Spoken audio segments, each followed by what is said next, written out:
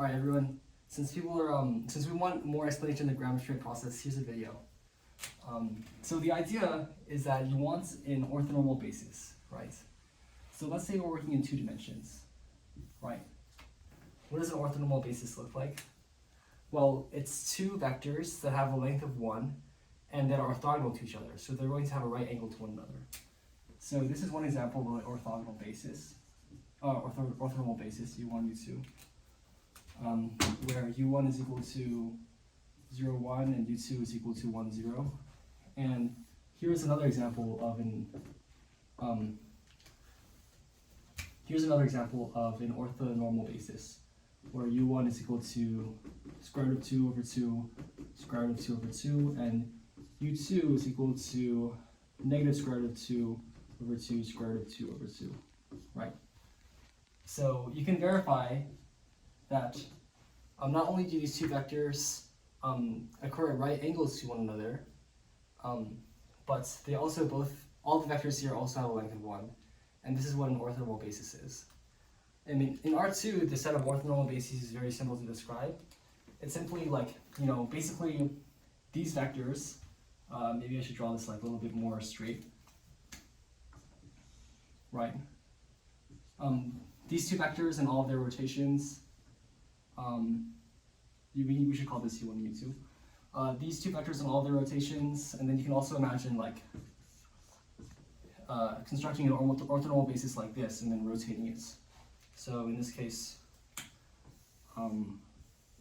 this is U1 equals 1, 0, and this is U2 is equal to negative 1, 0. But the only requirement is that the vectors are all orthogonal to each other, which is to say that the dot product of any 2 vectors is equal to the dot product between any ui and uj is equal to 1 if I equals j, or 0 if I is not equal to j, right? So this is what it means for a set of vectors to be orthonormal to one another, to be an orthonormal set of vectors. And an orthonormal basis just means that in 2 dimensions we have 2 vectors, in 3 dimensions we have 3 vectors, in 4 dimensions we have 4 of these u's, right? So this is what all the orthonormal bases look like in R2. So with that being said, let's start the Gram-Schmidt process out, okay? And we're going to do this in 2 dimensions. I'm going to erase this stuff. So the Gram-Schmidt process only requires, in this case, 2 vectors, since we're working in 2 dimensions. And these 2 vectors just have to be linearly independent from one another. So in 2 dimensions, this just means that they can't be collinear, right? So, so let's just say we have A1 and A2. These are linearly independent vectors. It doesn't matter what their lengths are, they just have to be linearly independent. And we're going to apply the Gram-Schmidt process to orthogonalize, or to generate an orthonormal basis. In this case, since we're working in 2 dimensions, the basis will have 2 vectors. So as you can imagine, with all these orthonormal bases that we drew in R2, it doesn't really matter what the first vector is, because we can always find a vector that's at a right angle to it. So in this case, the Gram-Schmidt process says that the first vector should just be equal to A1 divided by the norm of A1, right? So in this case, your U1 is just going to look like this, right? So it's going to be A1, but scaled so that it has a length of 1, okay? The next thing that we're going to do is we're going to project A2 onto U1. So how do we project a vector onto another vector? Well, since this is the case that U1 has a norm of 1, it's actually very easy to project onto U1. When you take A2 dot U1, then this is equal to the length of the projection of A2 onto U1. And when we take A2 dot U1 times U1, this is projection of A2 onto U1. So what is this saying? Well, the dot product between any two vectors is a number. Let's say we have two vectors, 4, 3, and this is like our x, and 1, 0, and this is our u. What happens when we take the dot product of x dot u is we get 4. And what this is basically telling us is this is how much of x is in the u direction, right? So if you imagine that we draw x, which is this vector, right, and we draw u, so this is u, this is x.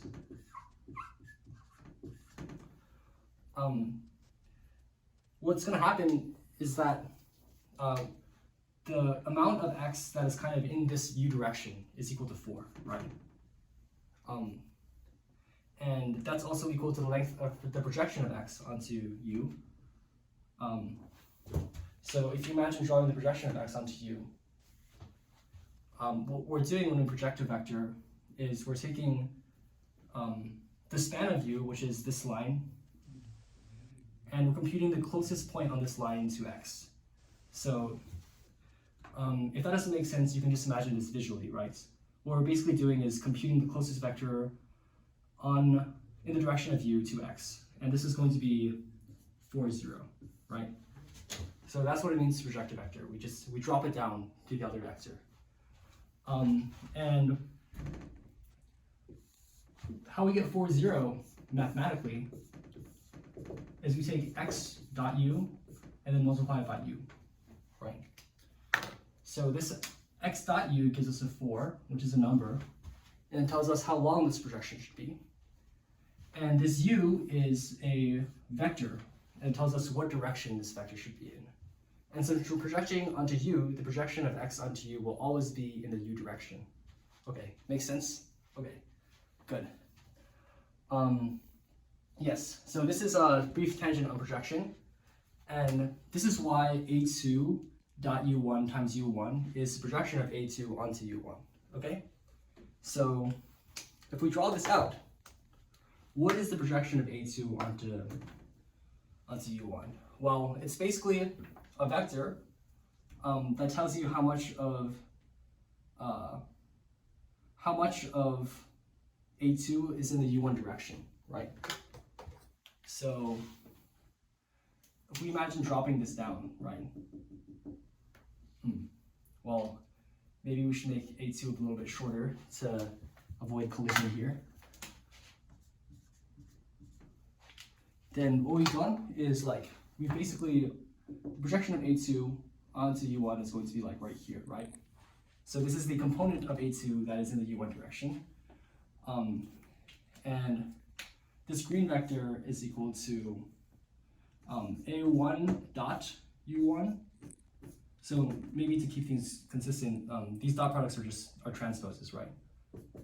Just to keep the notation consistent with what we've learned in class, times u1, right?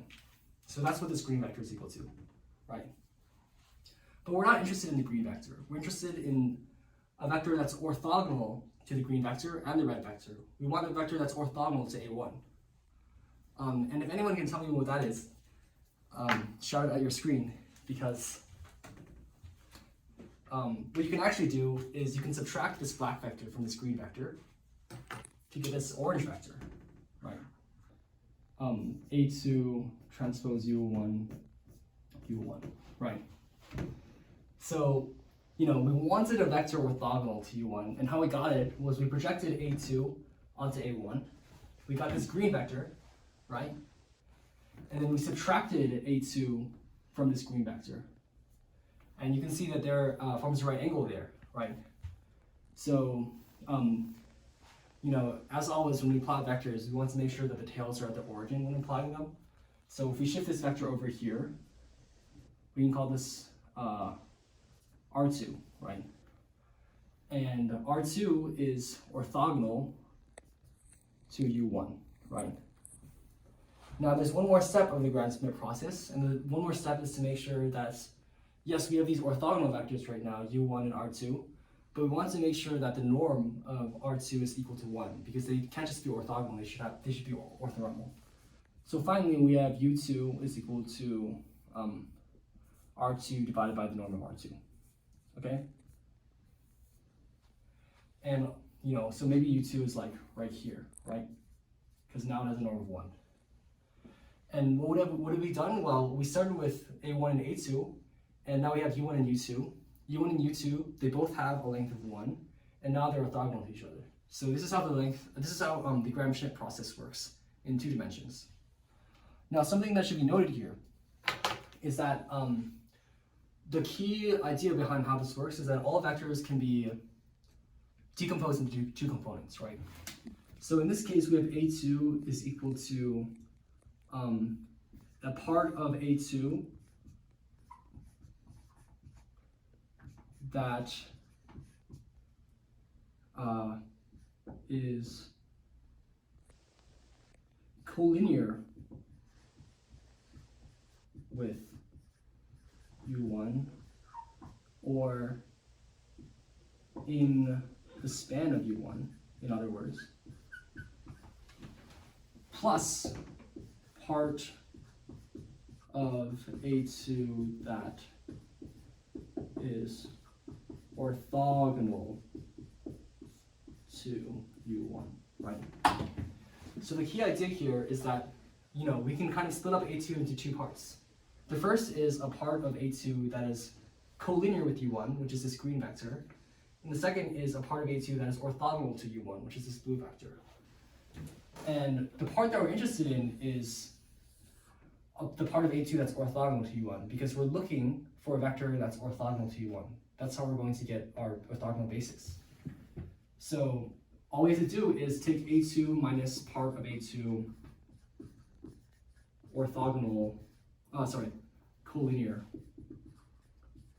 with u1, and then we'll get the part of a2 that's orthogonal to u1, right? So this is the core idea behind the Gram-Schmidt process. Okay, now this is the Gram-Schmidt process in 2 dimensions. If I talk kind of fast, so if you want, you can slow it down. The next video, if you click on it, is going to be the Gram-Schmidt orthogonalization process in 3 dimensions. Okay. All right. Now. Okay. So thanks. Welcome back. We've covered the Gram-Schmidt process in 2 dimensions, and now it's time to cover the Gram-Schmidt process in 3 dimensions. It's very similar. There's just a couple of extra things that you need to look at. So once again, the setup is the same. You've got 3 vectors this time. Let's say a1, a2, and a3. Let's make a3 this direction. And they're all linearly independent in R3. Okay? They're all linearly independent in 3 dimensions. Once again, the first vector can actually be anything. So if you look at all the orthonormal bases in R3, right? There's this one, which is kind of just E1, E2, and E3, right? Or this is 1, 0, 0, this is 0, 0, 1, and this is, no, this is E2. This is 0, 1, 0, and this is 0, 0, 1, right? And you can kind of make this shape with your fingers, right? So, yeah, this is like your right hand, right? And you can also imagine, you can get a bunch of orthonormal bases just by rotating this, right? You can imagine, rotating this coordinate frame in all sorts of different directions and keeping all 3 of these vectors still of length 1 and still perpendicular to one another. And this will give you a lot of orthonormal bases in R3. You can also take your left hand and rotate that in a bunch of different directions. And this will kind of give you a picture of all the other orthonormal bases in R3. So you take your right hand and your left hand, you make these like right angles with them, and you just rotate them in all these different directions, and this will give you all the orthonormal bases in R3, right? So that's what the orthonormal bases in R3 look like. And our goal is to achieve getting one of those by using the Gram-Schmidt orthogonalization process on 3 arbitrary vectors in R3 that happen to be linearly independent, right? So the first step is still the same, right? You're gonna have U1 is equal to A1 divided by the norm of A1, okay? So your U1 is gonna look like this, maybe, right? it doesn't matter where you start off. You can still find two vectors that are orthogonal to this u1. And it just matters that this vector has a length of 1, which is achieved by taking a1 and dividing it by the norm of a1. Right. Now the way you're going to get u2 is by using a2. Right. So in 2 dimensions, we were kind of able to take R2 is equal to A2 minus A2 transpose U1 times U1, and then U2 was equal to R2 divided by the norm of R2. Right. And this is the same thing that we do in 3 dimensions. So in words, what we're doing is the same concept that we're doing in 2 dimensions, right? We're expressing A2. In fact, let's talk about it this way. A2 is equal to R2 plus A2 transpose U1 times U1, right? We're expressing R2 as a sum of 2 vectors.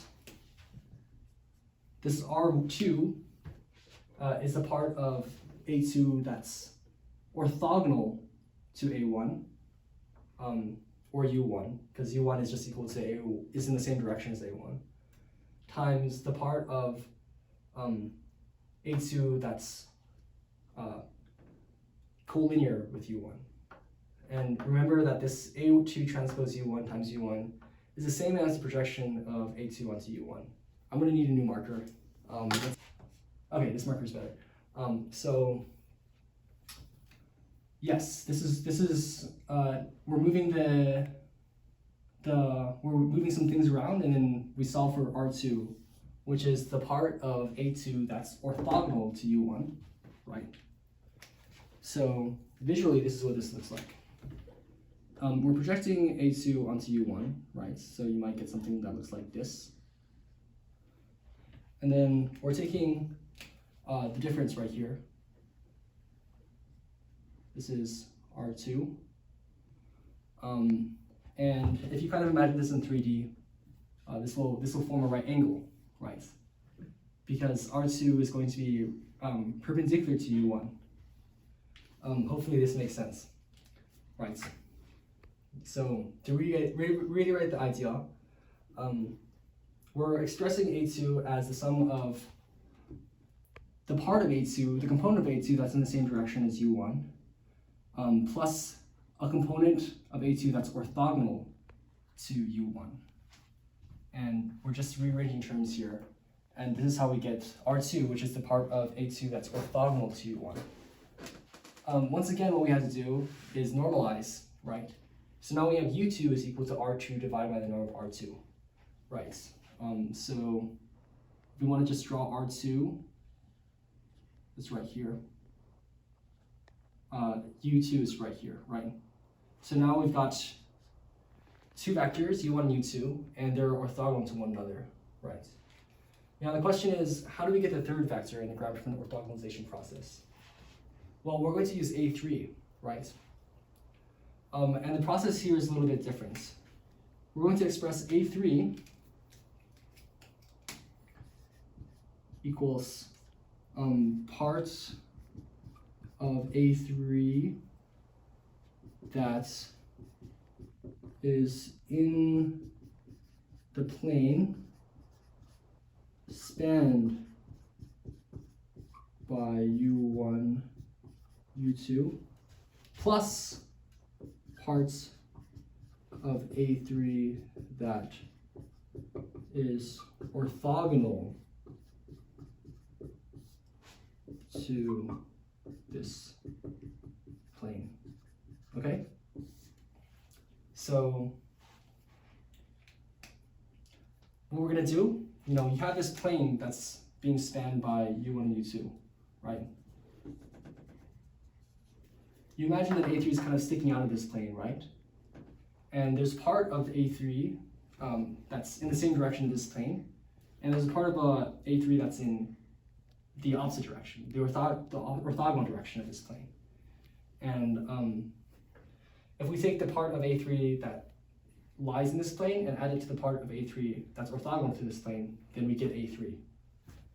So this is going to be our R3, and this is going to be our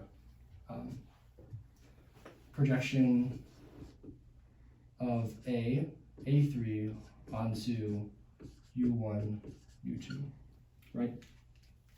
So our formula for R3 is going to be A3, right, minus the part of A3 that's spanned by U1 and U2. So what we're going to do first is subtract the projection of A3 onto U1, and then we're going to take the projection of U2 onto A3 and subtract that as well. So another way you can think of this is we're taking A3, we're subtracting the part of A3 that's in the same direction as U1, right here, and we're also subtracting the part of A3 that's in the same direction of U2 right here. So what we have left is R3, residual, that's orthogonal to both U1 and U2, right? So we can do this visually, maybe not as easy to see since it's in 3 dimensions, but you can imagine projecting A3 into this plane spanned by U1 and U2, right? And then subtracting it, and this is your R3. And this R3 is supposed to be sticking out of this plane, and this red vector right here is supposed to be, if we have another color, we have a blue, there you go. Right. So this blue vector right here is going to be the part of A3 that's in the plane spanned by U1 and U2. And this red vector right here called R3 is going to kind of be perpendicular to this plane. So it's the part of A3 that's perpendicular to U1 and U2, right? And so R3 is going to be perpendicular to both U1 and U2, right? And U3 is simply going to be R3 divided by the norm of R3. Because now what we've done is we have a vector R3 that's orthogonal to both U1 and U2, and we need to make sure that it has a norm of 1, right? So now what we have is U1, U2, U3, and all of them are orthogonal to one another, and all of them have a norm of 1, since we basically made it so that it has a norm of 1, right? So this is how we get our orthogonal basis in R3. If you want to extend this to more dimensions, then what you basically do is just keep on going, right? So for instance, if you had 4 dimensions, which I'm not going to draw out, then you would have something like R4 is equal to A4, which is going to be, another 4th vector that you would start off with, minus U1 transpose A4 times A4, which is the projection of A4 onto your first vector, the first vector that you selected for your basis. And then you have U2 transpose A4 times A4 minus U3 transpose A4 times A4. So, if you have 4 vectors that you're trying to perform the Grad-Schmidt process on, you have to do this process 4 times. And by the time you get to your 4th vector, you have to make sure that it's orthogonal to the previous 3 vectors that you've gotten through the Grad-Schmidt process, which is why you have to do the subtraction. And then you just have U4 is equal to R4 over the norm of R4. Okay, so this is how you do the Grad-Schmidt process in 3 dimensions, 4 dimensions, etc. Hopefully this clears things up. All right, have a nice day.